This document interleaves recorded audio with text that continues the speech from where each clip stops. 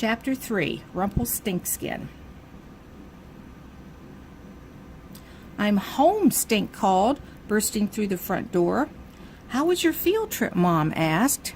"You mean my smell trip?" said Stink.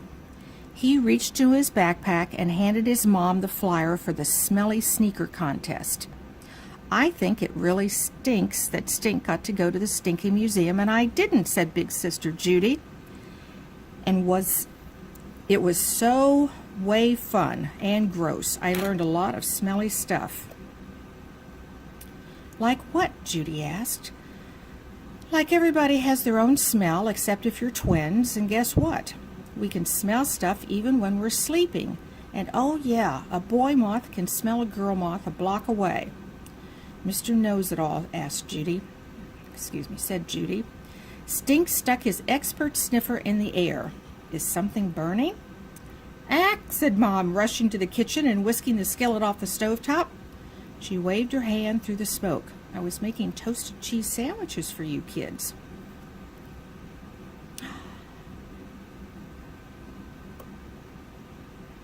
"And now your cheese sandwiches are toast," said Judy, cracking herself up. "Good thing you smelled something, Stink," said Mom. "Human smoke alarm," said Judy. "At the museum, kids were calling me the nose," said Stink, tapping his right nostril. "I found out today that I can smell stuff really, really great, better than anybody in my whole class. Sophie says I smell better than a dog."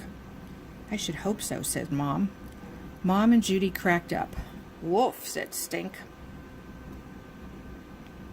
"And here I thought you just had a nose for trouble," said Mom. "Laugh all you want," said Stink. "But this nose can make me famous." "My elbow's famous," said Judy, holding up the elbow that once starred in a picture in the newspaper. "No, I meant it. When I grow up, I'm going to do something great with this nose," said Stink. "You can't waste a nose like that." He admired himself in the mirror, turning his head from left to right and studying the nose, his best feature. "You could be a circus freak," said Judy, "like the guy with the 7.5-inch long nose. Edward and his nose maxima." "No, I mean the professional smeller." "I thought you wanted to be president of your own candy store." "That was before the nose," said Stink. "What happened to being an inventor?" asked Mom.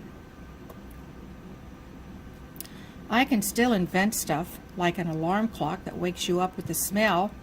"There's no such job as a smeller, is there, Mom?" Judy asked.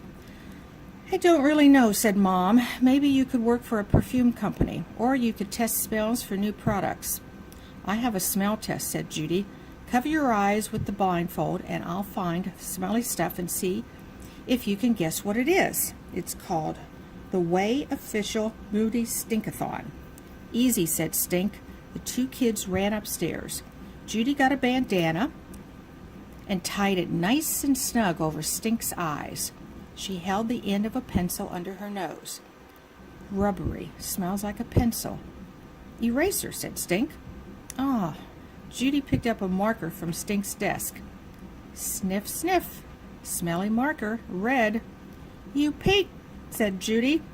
"Did not." "Did too. Nobody can smell colors, not even Mr. Knows-it-all." "Yeah, it's watermelon flavored." Judy held up the bubblegum comic. Stink sniffed several times. He thought. He sniffed again. Bubblegum.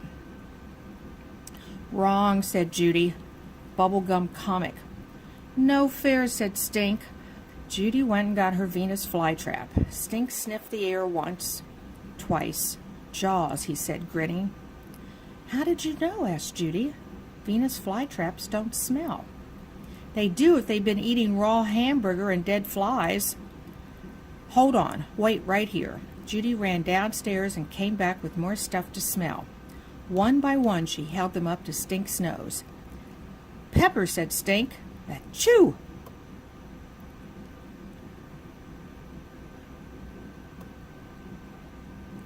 He sneezed. "Dad's coffee." "Block." "Lemon." "Stinky cheese." "Week-old pizza."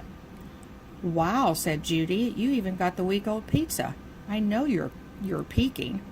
"No way. I swear on Toady," said Stink. This time I'm really going to stump you. Ready? Ready, said Stink, sticking his nose up in the air. Judy held out the secret, smelly, stink-stumping, odorific object. P.U., said Stink, it's worse than smelly sneakers. Worse than dirty socks. Worse than a skunk. It smells like 100-year-old barf. Wrong, said Judy. Is it 200-year-old buffalo dung? Nope. Is it a stinky baby diaper? No. Is it sniff, sniff, sniff eggs? 1,000-year-old rotten eggs. Rumpelstiltskin, said Judy. How'd you guess it was stinky old eggs? You mean I guessed it for real?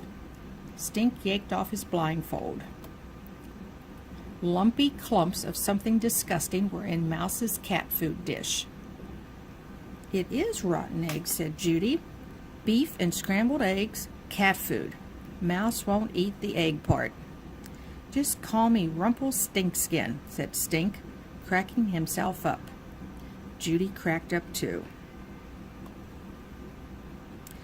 So, did I pass the smell test? With flying colors, said Judy.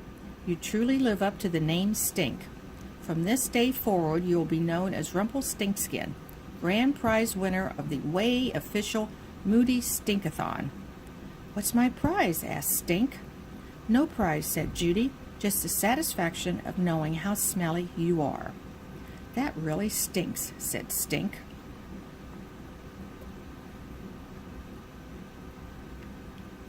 Stink's smelly stink facts. Who needs a nose?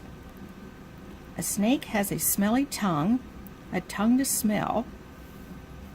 Believe it or not, an octopus smells with its eyes. It has smell receptors right behind those busy peepers.